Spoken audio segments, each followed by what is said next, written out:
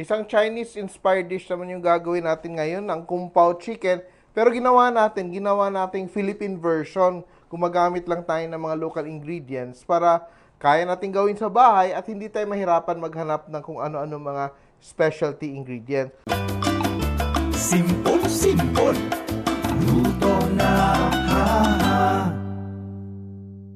So simulan natin yung ating Kung Pao chicken, Filipino style, with chicken fillets, no? So meron tayong chicken dito, walang buto, and we just season with a little bit of soy sauce and calamansi.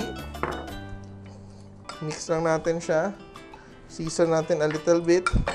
Toss natin and konting cornstarch, no? So we want the chicken to be coated in cornstarch kasi pipituhin natin siya. Hindi naman kailangan makapal siya, but we just need it to help crisp up the chicken pag prito natin. So we can let it rest for a while or pwede din natin siyang prituhin agad. We have a hot pan, then we fry our chicken. Gamit ko dito ay chicken leg quarter fillets, then kinat ko into small pieces para juicy siya kasi pag breast yung gamit natin, madaling mag-dry out. So we're just frying it until golden. So hindi na natin siya lagyan ng sobrang daming spices or flavorings yung ating chicken kasi later on we will toss it into medyo spicy na maasim na glaze.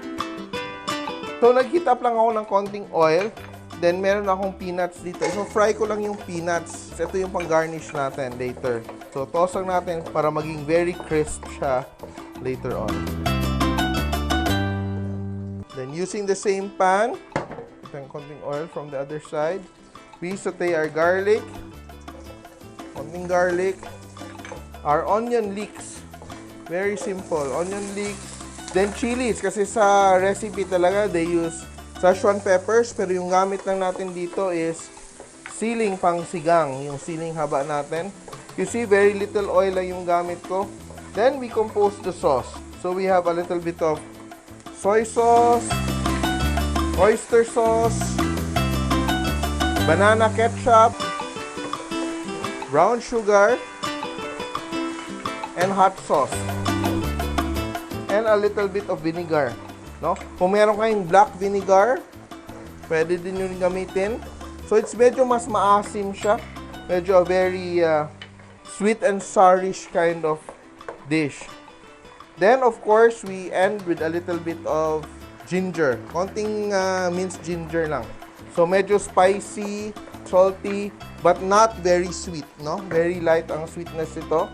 And we check on the chicken frying on the other side. We want it crisp and golden. So, when we toss later, maganda yung textures natin. Then, we thicken with a little bit of slurry.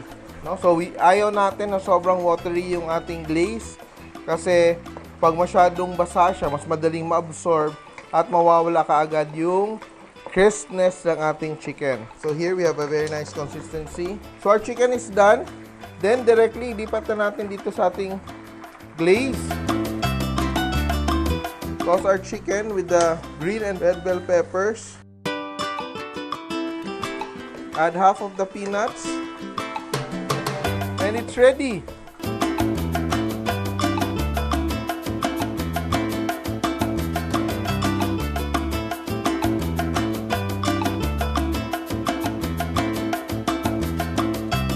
Pinoy-Style Kung Pao chicken, simple! Nagustuhan niyo ba ang video na to? Please share para lalong dumami ang ating mga ka-simple. And don't forget to subscribe to our Facebook, YouTube, and Instagram accounts.